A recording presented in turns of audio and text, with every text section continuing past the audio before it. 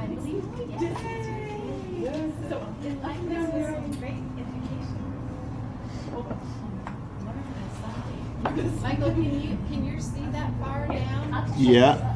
Should it come closer? I've You zoomed in? I've zoomed in. Okay. That'd be memorable. So Okay. for, of course, the track. Oh, you're We're gonna talk.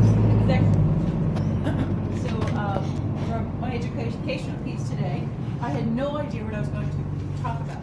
So over the weekend, I contacted Deborah Taylor because she said, "Let me give me a call if you need any ideas." And I said, "I need an idea." I sat with her for quite a while. I knew what my day was. Still had nothing. So I gave her, I emailed her, and she said, "What about talking about how your personal touch with your clients is very different in such an age of cell phones and computers, and that personal touch means so much. What about that?" So I said, "Could work with that." So I got thinking about that, and when I lived in Vermont, it's okay. I've got a lot of thoughts on that. When I lived in Vermont, I heard a wonderful metaphor for the educational system in Vermont. They have very small schools. They have a wonderful, wonderful program. They're like top in the country, and everybody scratches their heads like, "How do you do that?" And it was a wonderful talk that I was listening, and the metaphor was, if you ever watch a NASCAR race or a race, with the race cars, and all the cars are going really fast, and there's one car that gets lapped, and for a little while it looks like it's in the lead.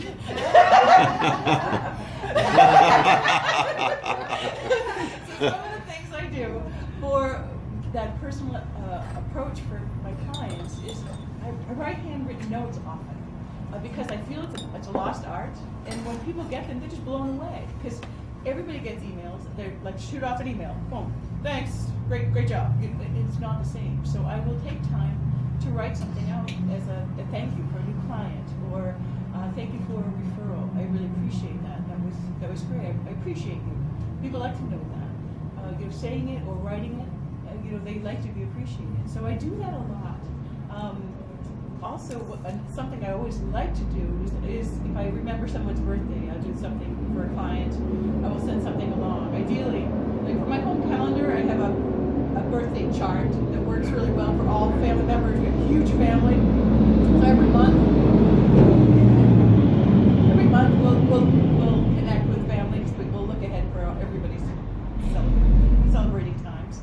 But that's a goal that I would like to do for my practice as well. To have important dates in my clients' worlds also, and do something once a month. Another therapist couple that are friends of mine do that. They said it works really well. Keeps you reminded of all these things. And you sit down once a month, send out some cards, and that works beautifully for them. So okay, that's good, and I can share that with the group. Let's see. Making connections. I was thinking about connections, kind of using the connections you have as a resource for your clients. I see myself as a resource for wellness for my clients in the community. So if I don't have the answer for you, I'll help you find the answer. I'll be that link, and that makes a big difference. So and telling them, hey, I don't have the answer for that, but I know who I can find. And this group is wonderful for strengthening those connections because we have such a diverse group. And that really helps, so I appreciate that. Customer service on that same line, kind of that customer service line. Working in the resort world, my husband and I both have a long history of working with resorts. So many times we're training staff in customer service. So we're kind of when we see a really good example of it, it stands right out. And recently.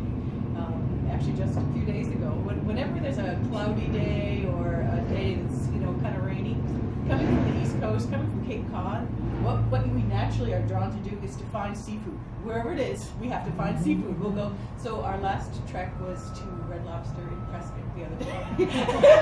We're driving and we're MapQuest doing okay, we didn't see it, and that was the closest we could find. We just needed a big thing of seafood. what we needed. And so we got there, and they had beautiful service. They greeted us at the door. The wait staff was wonderful. They were they were, any time constraints, what can I get for you? Can I suggest something for you? You know, and they were very personable. And the food was horrible. But we left there going, that was great customer service, and it really was bad. but that was our impression. So making sure those relationships are great, and even when if they screwed things up, you know, for the food, it was just poor food. You know, fixing it and sticking with it. You know, listening to the problem. You know, accepting that. You know, solving the problem with the person, and just staying with it. I had another instance where. Recently, when I first got the job at Hilton, I was working with the director's wife. The first time she was on my schedule, so I really wanted it great. I wanted it just perfect and wonderful. And so I picked her up even earlier than her regular time. She was sitting there. I was like, "Come on in, give me more time." You know, and I really worked really hard. Like this, she was so happy. I went a little over. I don't usually do that. It's the spot director's wife. You know, it was great. And anyway, I finished. It was the end of my shift. I came to the front desk, and they're like, "Hey, what went on with the session?" I was like, "I don't know. It was a 90-minute session. I gave her a 60-minute session, and 60 plus. So I gave her like a 70-minute session. But it was a 90, and I screwed up. So I usually, and I was trying really hard. So anyway, I wrote her a little apology. I wrote her a little note, and it just blew her away. That I wrote her a note, and I addressed it to her. I put it in his box, but he went home with it, and she's now a steady client of mine that is wonderful, you know. And so we turned not a great opportunity, a turn opportunity, but we turned it around. So if you have those things in common, we're all humans, just use those as good opportunities. So I do that quite a lot. I did research different helpful tips on websites and things like that, but it really was not what I do. So I wasn't going to share that. But I did do homework. But that's it. It's a personal hands-on approach. That's what I do. And I strive to deliver on what I promise. So that is another piece. So do what you say that you could. So do the best you can. Any questions? I think that's really good advice. Okay. Yeah. Very good. Can't bring anybody knows. That was